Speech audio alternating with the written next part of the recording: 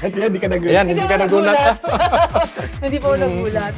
Pero mga kuya, ito, mukhang di na rin kayo magugulat eh. Bakit? Kasi alam niyo na ho yung ating pag-uusapan ngayong araw na to. Siyempre, dumating na tayo sa, of course, one of my favorites yan ng ating Q&A.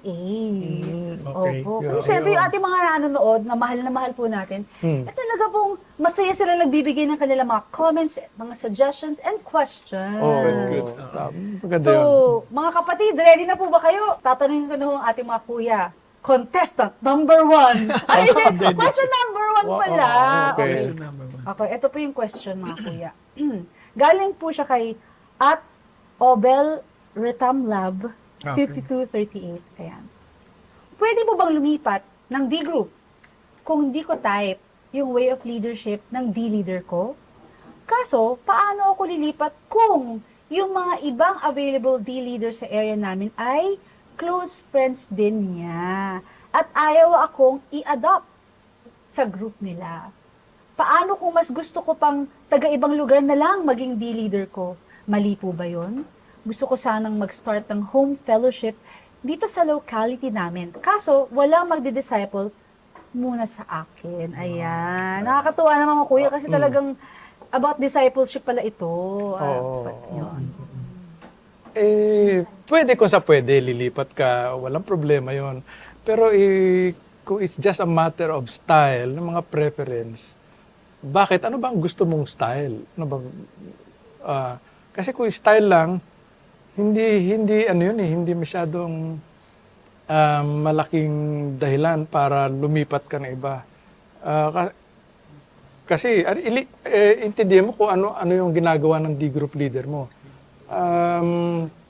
Kasi kung maganda naman yung tinuturo, maganda yung mga explanation niya, interpretation niya ng mga talata, bakit hindi ka manatili na lang doon? Yun. Yung style, secondary yan. Secondary. Kasi hindi natin mapiplease lahat.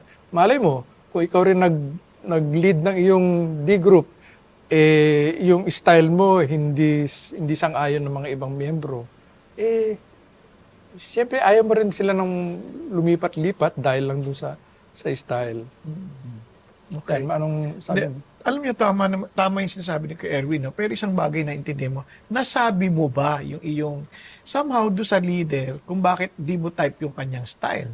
Kasi di ba, as long as it's not sinful, hindi naman masamang magsabi tayo ng ating feedback without putting down the person, na parang sabi, Kuya, baka pwede mong ma-improve ka sa ganitong area. Kasi yun naman ang essence ng pagiging part of a D group where we can be accountable to one another, where we can help each other. Di ba sabi nga ng Bible, carry one another's burden and fulfill the law of Christ. So hindi masamang sabihin mo, alam mo sa totoo lang itong style na to, baka naman pwede ka mag-improve sa area na to. Ano ba yung style na yun na hindi mo nagustuhan that you can suggest, di ba? Ngayon, pansinin mo yung tanong, pwede ba ako lumipat sa iba? Gusto ko lipatan, mga kaibigan niya din. So, anong ibig mo sabihin? That you are judging now that the person na ayaw mo, na may personal. Kasi, bakit madadamay pati yung mga kaibigan? In fact, talaga naman magpapaalam din siya. Kasi kung nilipat ako, halimbawa, kung under si Kuya Erwin, tapos magpapaalam ko, Erwin, nilipat po ako kay ganito eh. O di maganda, makakapag-usap pa sila ng lilipatan ko. O dito mo siya tulungan, dito palagay ko mag-grow siya dito. Kasi baka yung style ko hindi effective para sa kanya. So baka yung sa'yo, baka makayanan mo. Pero at least, nasabihan. Kasi maganda yun, yung may communication, katawan yan katawan ni Jesus, no? Pero kung parang nagkakaroon na ng barriers to the point na parang, hindi ako palilipatin dito kasi kaibigan sila. Di personalan na yun. Hindi na tayo nakafocus kay Jesus. So yun ang medyo, tanongin na sarili natin. Tapos tatanong ka, doon na lang ako sa iba. Bakit? Bakit sa malayo? Anong ibang pastoral area, ibang geographical area? Ano yung dahilan? Baari bang? Kasi minsan, kaya natin hindi gusto, may na-expose tungkol sa atin. I'm not judging you, pero possibly, yung iba, ayaw nila kasi na-expose sila, hindi nila type style na yon na somehow you are getting exposed. Kung yun ang issue, then let's be humble enough na mag-improve din tayo. Kasi maaring ayaw mo yon kasi parang masyado kang tatamaan o Now, kung hindi naman yun ang dahilan, at least, ikaw rin, maging ambag ka din doon sa D group leader mo para mag-improve din siya. Ngayon, kung ayaw niyong tanggapin, meron naman kayong area pastor. You can talk to the area pastor and perhaps the area pastor will help you to find a group where you can grow better in your relationship with God. Yun. Ganun po pala yun. Okay po. Pero, hindi po ba okay yun na kahit palipat ko sa isang taon, maka 3 D group ako, okay lang po ba yun? Palipat-lipat. Oo. Kumbaga, parang, kung saan ako komportable ba, parang, okay, hindi, pwede po ba yun? Okay lang po ba yun? Parang, parang kung saan ako magbabagay, ganun. Okay kung based on your, kumbaga, yung preference na mag-grow ka. Pero kung ang nangyayari is parang parang kang naghahanap ng parang yung mas komportable ka lang. Minsan mag-grow ka pagka hindi necessarily komportable ka eh. Kasi comfort destroys potential eh. Oh, yes. Oh. Di ba? Comfort destroys potential. Kaya minsan, napapwersa ka to be someone. Parang sa school yan eh. Hindi lahat ng teacher ang bagay sa'yo. Ayun nga. But you have to learn.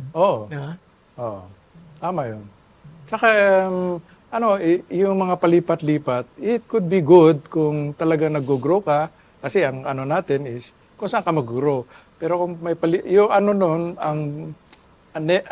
siguro ang backlash nun o ang negative connotation nun, wala kang Commitment. O wala kang commitment sa isa. Yan. Or loyalty, ganyan. Thank you po Opo. Baka kasi po may mga nakaka-relate din sa mga ating mga nanonood. Kasi sa totoo lang, do not ask what your D group leader can do for you. Ask what you can do for your D group leader. Wow, pwede yun. Matutunan mo din yun. Buboto ko tong presidente. Kennedy. Kay John F. Kennedy, do not ask what your country can do for you. Ask what you can do for your country. Amen. Tama yun. Minsan kailangan matuto rin tayo na gano'n eh. It's not about us. It's always willing to understand that we are not the center of the universe. Na yun eh. Kaya sabi ng Bible, we should learn not to think of ourselves highly. Yes. As we ought to think. Di ba? Yun nga yun ang isa sa mga tumimo sa akin sa mga sinabi ni Kuya Bong. Yung palipat-lipat because you don't like the style.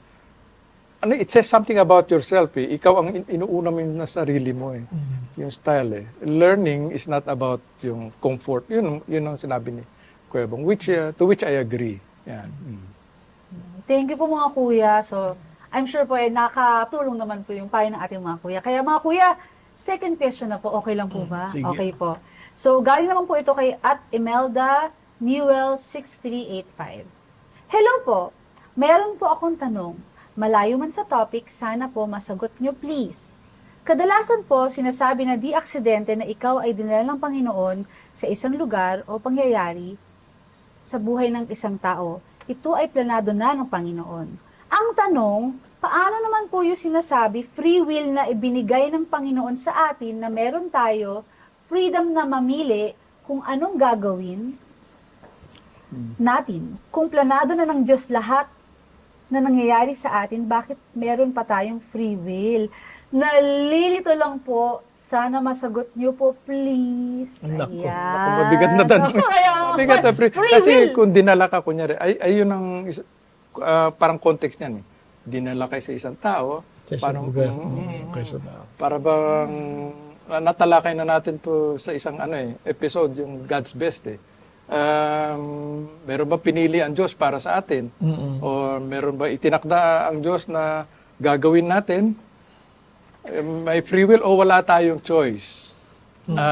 Tapos, ang ultimate question is, si God ba, bago tayo ilikha, ay tinakda na niya na yung lilikhain niya, yung mga iba pupunta sa langit, yung mga iba pupunta sa impyerno.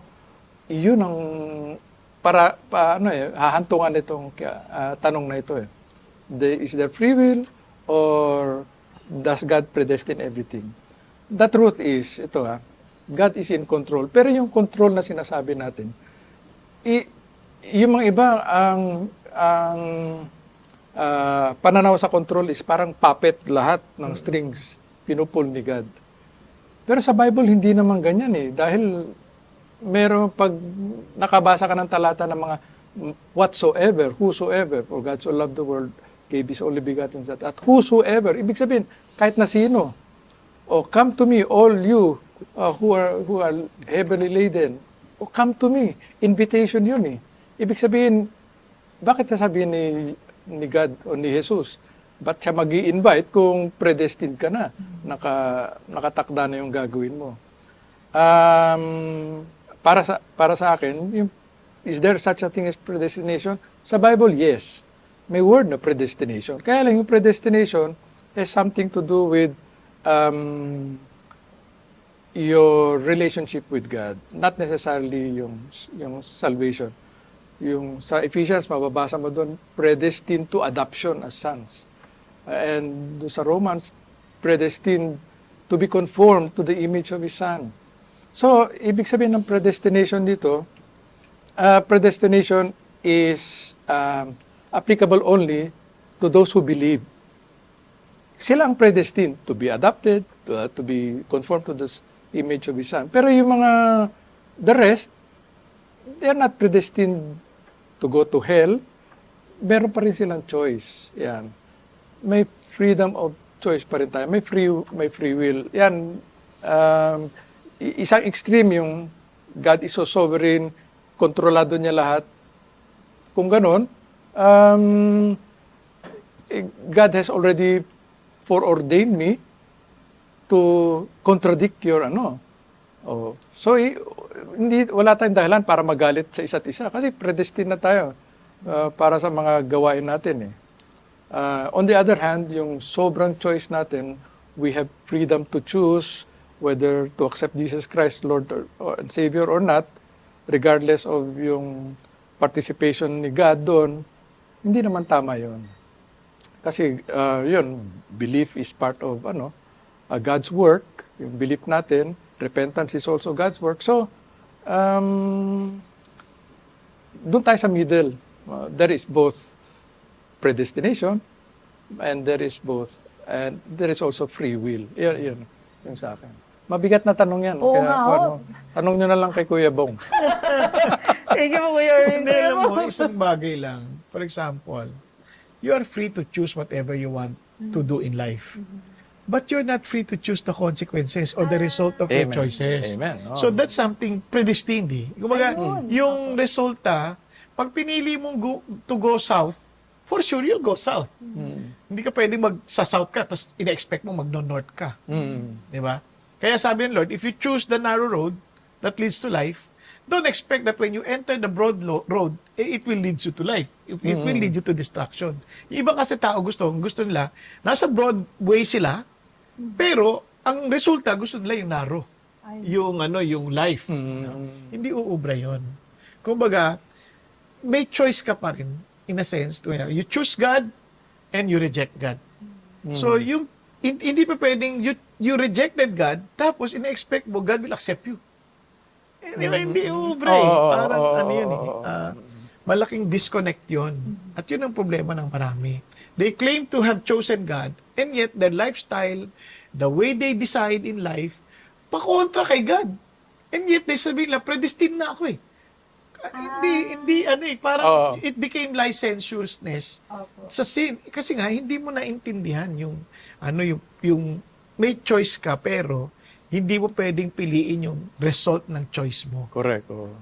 Hindi mo pwedeng sabihin, kung yung lalaki ka, lalapit ka sa babae, sabi mo sa babae, alam mo, sabi ni Lord sa akin, ikaw magiging asawa ko.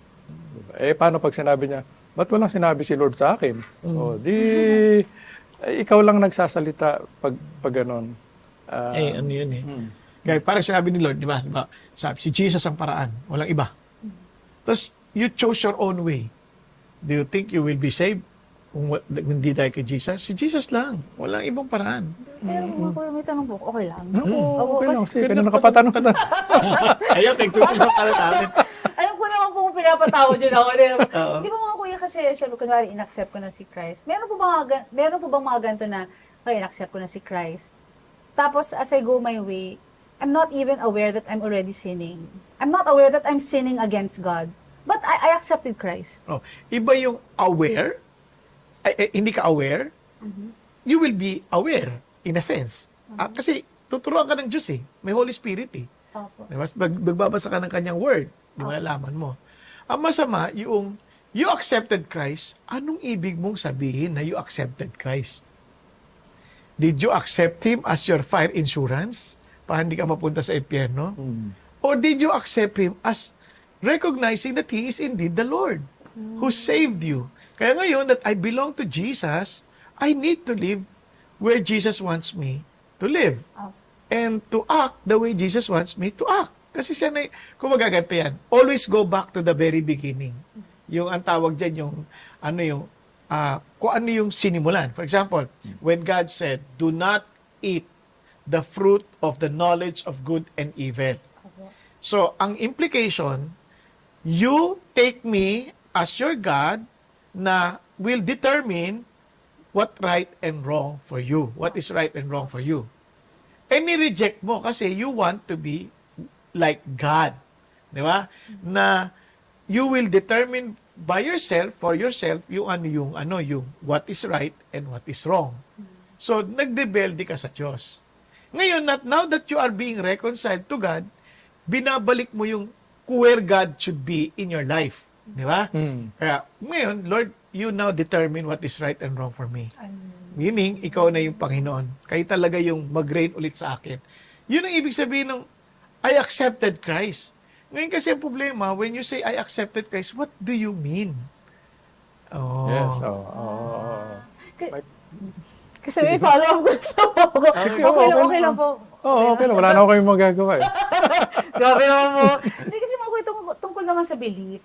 Kasi po, meron po kasing, kunwari sinasabi na, ikaw, kaalagad ka na ni Lord. So you have to share Jesus. O sige po, sunod naman ako, share naman kay Jesus. Pero bakit ganun mga kuya, minsan parang may allergy sila sa'yo na, kuya, pag share mo si Jesus, sabihin na, ano ba yan, nagko-convert na naman to? Ano ba itong mga ito na to? Ay na naman siya, nagpipreach na naman siya. Pero mga kuya, parang, ano po may papayo niyo po sa mga ating mga nanood? Siyempre sa akin na rin, na kunwari, I want to share Christ, but medyo meron akong alilangan kasi baka mabadsagan ako na nagko-convert daw ako. Nagko-convert daw ako. Ganun. Okay, very nice. Tapos biglang, minsan nasabihan pa ako, Tos ka, huwag kang panatiko. Panatiko. Kapag ano mo ba yung, I want to be godly, I want to follow Christ, I want to obey Him. But sometimes nababadsagan kang panatiko, nagko-convert. Minsan nagagalit pa nga ako eh. Parang, accept ko na si Jesus, pero hindi ko alam kung anong ibig niya sabihin. Ganon. Ayan. Yan maganda yun. Okay. Kasi, Pasensya na ako. Kasi minsan, mga, ang dating nun, sa iba, masyado kang agresibo. You're aggressive. Well, siguro at times, it is needed. Pero meron tayong programa na tinatawag natin, Pray, Care, Share. So, imbis na alam mo ba, pag hindi ka nagsisi, pupunta ka sa impyerno. Wag gano'n, no? Magugulat nga sila. Kung kunyari, barbero ka, magsishare ka, gusto mo pumunta sa langit o sa impyerno, natural, no? Kung barbero ka, hindi... Nasagaahit ka na. aray ko. Pumunta lang ito. impyerno, patay. Yun, umpisa mo sa panalangin, prayer. Yung mga instances na may opportunity ka to pray, sabihin mo, pwede ba kita ipag-pray? Pwede ko pa ipag-pray yung mga mahal mo sa buhay, yung mga may sakit, yan. And then, show kindness, you care. You care. Doon, pag nagkaroon ka ng relationship, that's a time na ipapasok mo. Kasi kung magtatanong siya, ang bait-bait mo nung bakit? Then, sabi mo, yung iyong pananampalataya, ipahayag mo sa kanya. Yeah. Pray, care, share. Prayer. Tsaka ito, Opo. una, hindi tayo magko-convert. Only God can bring that transformation and conversion in us. Hindi tayo. Holy Tama. Spirit work yan. Amen. Ngayon, ang tanong, minsan panatiko tayo sa paraan. Kasi ito lang paraan na para mag-share ng good news o ng si Jesus sa ibang tao. Hindi, ang daming paraan. Kung sabi, there's so many ways to skin a cat. O, pasensya na sa mga cat lovers. Hindi ko sinasabi babalatan sila.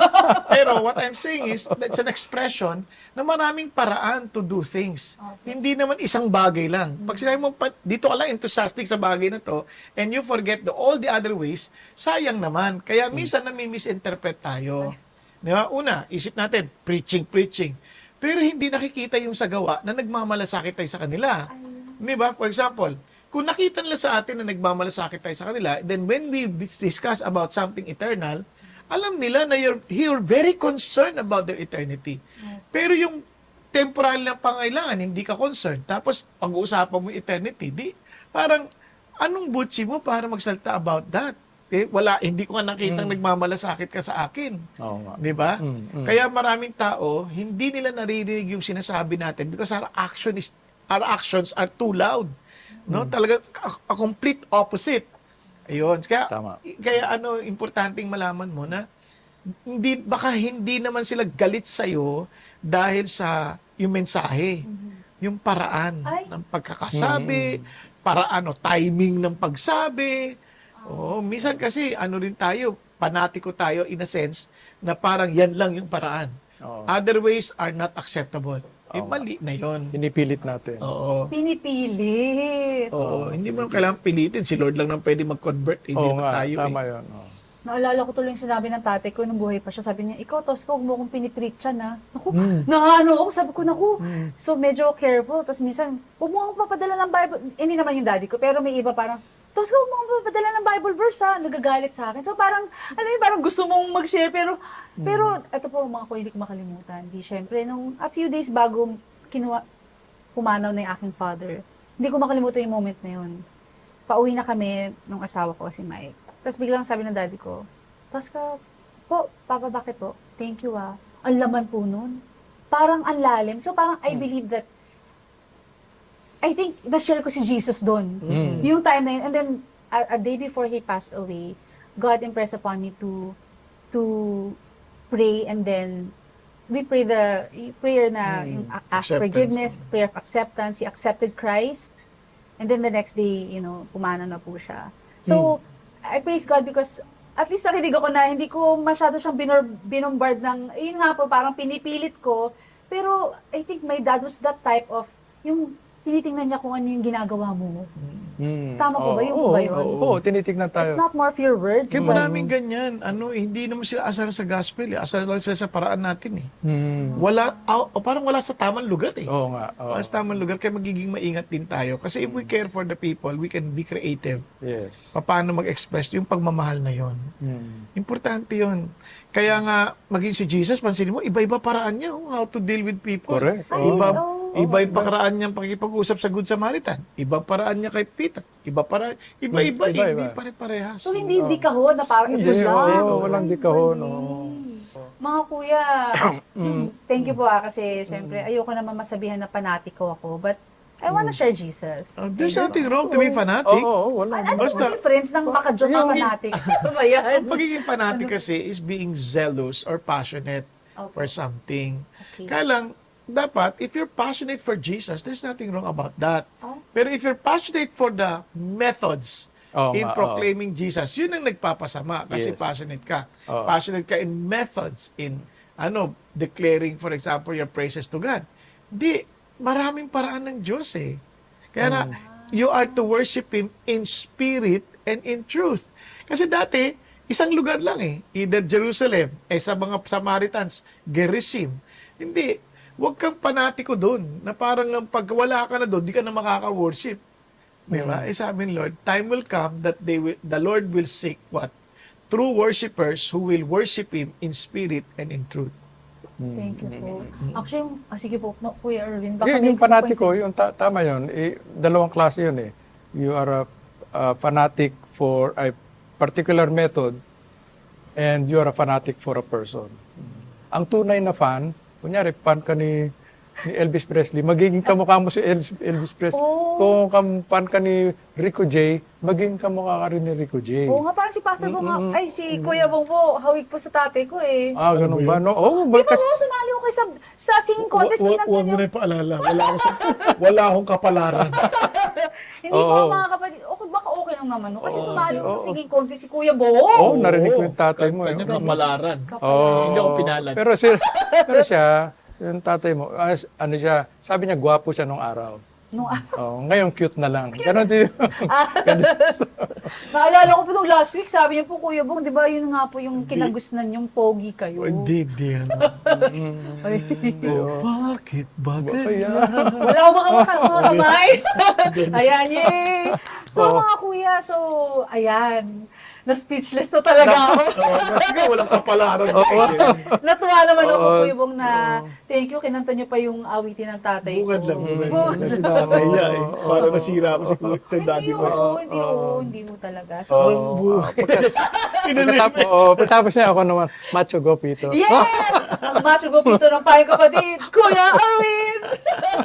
So mga kuya, ito na po, ito na talaga. Ito Words na of talaga. encouragement. Opo. So mga kuya, of course we want to share Jesus, but of course sometimes medyo natatakot ako, baka babagsagan na panatiko, nagko-convert, ganyan. Mga kuya, patungkol po sa ministeryo o pag-share kay Jesus, how do we encourage our mga kapatid? Ayan. How do we encourage? By being like Jesus. Ayun. Yun ang plain and simple. How do we be like Jesus? Siyempre, you dwell on His Word. Yan. Kasi yung let the Word of Christ dwell richly in you, katumbos yan ng being filled with the Holy Spirit. And when you are filled with the Spirit, you will naturally bear the fruit of the Spirit, which is love, joy, peace, patience, goodness, kindness, faithfulness, gentleness, self-control. Wow! Wow! Ay, madaling i-memorize yun. Alam mo bakit? Kasi yung first three, one syllable. Love, joy, peace. Yung second three, 2 syllables. Patience, goodness, kindness. Yung pangatlong three syllables. Ay, ang galing. Faithfulness, gentleness, self-control. Anyway, Thank you, Bro. ayun, that's the way to please the Lord. And be a good witness. Kasi yun naman ang ang sinabi sa atin ni Lord it's not a command, pero sinasabi lang niya ang katotohanan, factual yun. You will be my witnesses. Hindi naman whether you like it or not, but yun ang ating calling, role sa buhay. Saksi ng Diyos. Yes, tama. Thank you po, Kuya Erwin. Kuya Bo. And totoo, alam niyo po, kunyari, katulad na sabi mo, minsan you share and you're afraid na masabi kang maparatangan ka ng fanatics, sa totoo lang, it doesn't really matter what people will think about you. Amen. If you know and understand the value of the message that you want to bring these people, kaya nga, expect persecution, expect to be misunderstood, but if your heart is pure, desiring for these people to come to know Jesus, hindi na issue masasabi nila. Pero ito lang, yung love ng Diyos ay napakalawak. Hindi natin kailangan makahon sa isang paraan lamang. Let's grow in maturity on how to declare or proclaim the messages of Jesus. And let's ask always the Holy Spirit to guide us and lead us and give us wisdom. Ganon din sa pagpili ng D group. It's not about just joining a D group. It is the idea, I want to grow in my relationship with Jesus. Kaya it's not about the style of the leaders. Ang tanong, am I growing in my relationship with Jesus? Kaya, bakit hindi ako nag-grow? Is it because of the leader or is it because of me? Kasi sa totoo lang, even school, if you go to a school, attend a class, hindi ka nandun para sa teacher. Nandun ka because you want to learn. So if your teacher does not know how to teach, then what should you do in order for you to learn? Di ba? Kaya huwag mong tanungin yung problema ng teacher. Be responsible enough na gawin mo yung part mo para ma-achieve mo yung pinagagawa sa ng Diyos. Di ba? Hindi ko type yung style nito. Pero bakit ako hindi nag-grow? Hindi na ang growth ko hindi naman nakadepende doon sa leader lamang eh. Baka what should I do? Baka mapuwersa kang mag-aral on your own, baka mapuwersa kang maintindihan pa so that one day you will also lead your own D group. Tapos na iba ng style with your own style, di ba? Kasi yun ang dealing sa ng Diyos. So in summary po mga kapatid, focus on Jesus. Amen. Don't focus on the methods, don't focus on the circumstances. Focus on Jesus and He will never fail you. Amen. Amen. Thank you po. So, hindi po pala masama maging fanatiko. Alam mo ba yun? Anyway, bago po ngayon yun eh. Anyway, so basta kumbaga, si Jesus po talaga. Yun, Yes. kay Jesus. Hindi panati ko kay Jesus. Panati ko kay Jesus. Oo nga. Ayan po. So, mga kapatid, ito na po aking favorite. Yeah. Minsan talaga, dumadaan tayo sa mga relationship natin kahit sa kapwa Christian na para tayong binabagyo. Kaya umulan, Umaraw, Oh, bumagya! kung kailangan po ninyo ng payong, andito po ang Payong Kapatid!